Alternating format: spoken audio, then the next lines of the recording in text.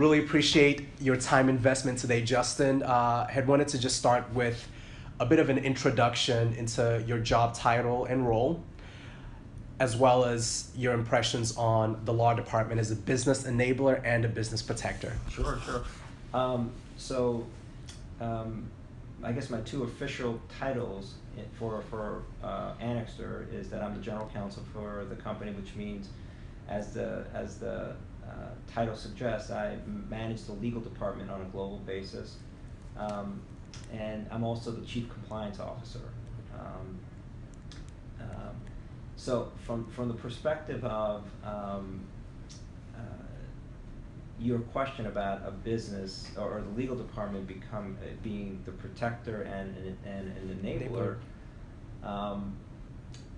yeah, that's at the end of the day, that's if you look to what the main essential point of an in-house lawyer's job is, that's it. You just identify the two things, right? It's how do you provide reasonable protection?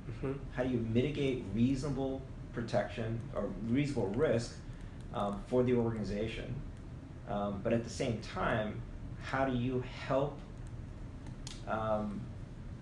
the business achieve the objectives that it has set out for itself? Yes. Right. And in most organizations, as a public company, the objective is you want to be bigger, faster, stronger, right? Which means, especially for a company like ours, where we are a global distributor. So what that means is that we don't actually manufacture anything, right? And what we do is we sell what other people make to other people who need it.